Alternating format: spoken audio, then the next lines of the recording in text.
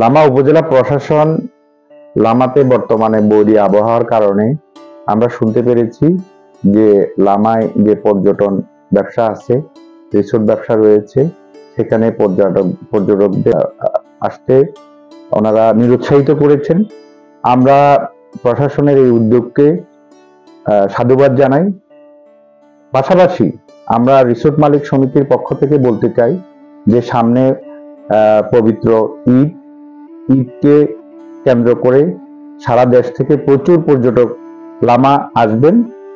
এর মধ্যে আমরা আশা করব বৈরী আবহাওয়া চলে যাবে এবং বৈরী আবহাওয়া চলে যাওয়ার পর এই ঈদকে সামনে রেখে ঈদের আগেই আমাদের লামা উপজেলা প্রশাসন ওনাদের এই নিষেধাজ্ঞাটা প্রত্যাহার করবে এবং পর্যটকদেরকে লামা উপজেলায় সুন্দরভাবে এই ঘোরাফেরার জন্য ওনারা সহযোগিতা করবে। আপনারা জানেন যে বান্দরবান জেলার লামা উপজেলা এখানে পাহাড় ধসের একটা সম্ভাবনা রয়েছে, বিশেষ করে যে ভারী বর্ষণ হচ্ছে এবং আমাদের পুরো উপজেলায় যে পাহাড়ি অঞ্চলটা রয়েছে সেখানে পাহাড় ধসের যেটা আবহাওয়া অধিদপ্তর থেকে বলা হয়েছে যে পাহাড় ধসের সমূহ সম্ভাবনা রয়েছে। এই জন্য মূলত আমরা আমাদের যে পর্যটন শিল্প, বিশেষ করে আমাদের মিরিঞ্জা, সুকিয়া ভ্যালি, দুখিয়া ভ্যালি সহ আমাদের টোটাল প্রায় 60টির মতো বিভিন্ন রিসোর্ট বা জুমঘর টাইপের যে স্থাপনাগুলো রয়েছে, আমরা সেখানে পর্যটকদের প্রবেশটা আমরা উপজেলা দুর্যোগ ব্যবস্থাপনা কমিটির মাধ্যমে পর্যটক প্রবেশটা নিষেধ করেছি।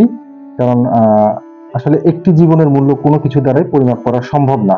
তো সেই জন্য আমরা যেন প্রাণহানি না ঘটে এবং পর্যটকদের সর্বোচ্চ নিরাপত্তা দিতে পারি, সেই জন্য এই ভারী বর্ষণকালীন অর্থাৎ এই দুর্যোগপূর্ণ আবহাওয়ার সময়টাতে যেন কোনো পর্যটক, আমরা চাই না যে এই মুহূর্তে তারা এসে কোনো বিপদে পড়ুক, এই জন্য আমরা নিষিদ্ধ করেছি উপজেলা দুর্যোগ ব্যবস্থাপনা কমিটির মাধ্যমে।